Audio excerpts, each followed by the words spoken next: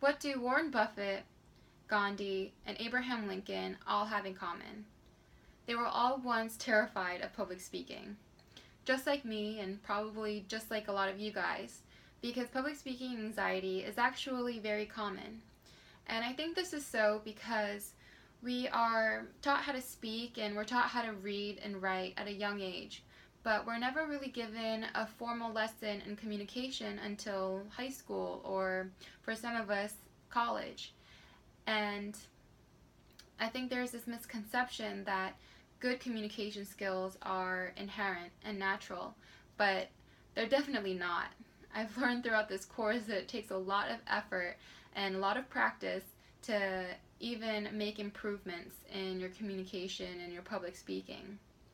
But one of the main messages that this course taught me was that mastering communication and public speaking is definitely possible no matter where you start from, and it is critical for our personal and professional success.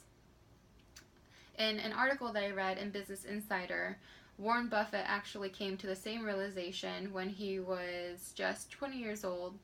He had been a very nervous, very poor public speaker. He hated it and avoided it at all costs.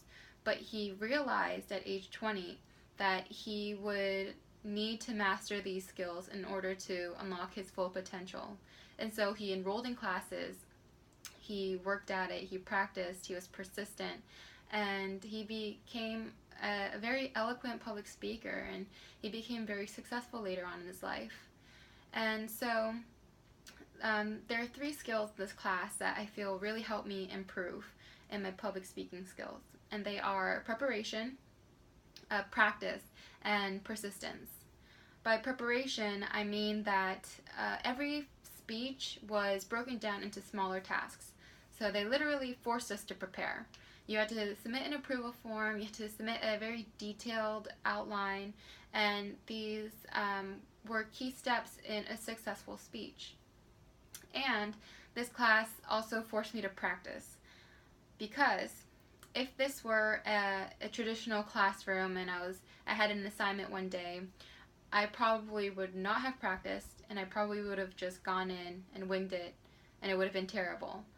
But because this class is online and we have to post up a video of our speech, I was forced to practice in order to get a quality take that I would be proud to post up online for people to watch and replay.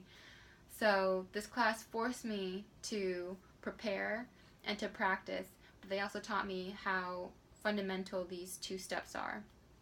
And then persistence. To make it through the entirety of this course, you had to be persistent, because there was not just one speech, there were 3. There was also a group presentation. We had to be persistent about wanting to improve our communication skills. But the second thing that this class taught me was also that mastering these skills is critical, and it could be life-changing. We use these skills every single day in our lives, and although we may not become Warren Buffett's later on in our lives, mastering our communication skills and our public speaking skills definitely add fullness to our lives. Healthy communication means healthy relationships, and these 2 things are some of the fundamental aspects of living a full life.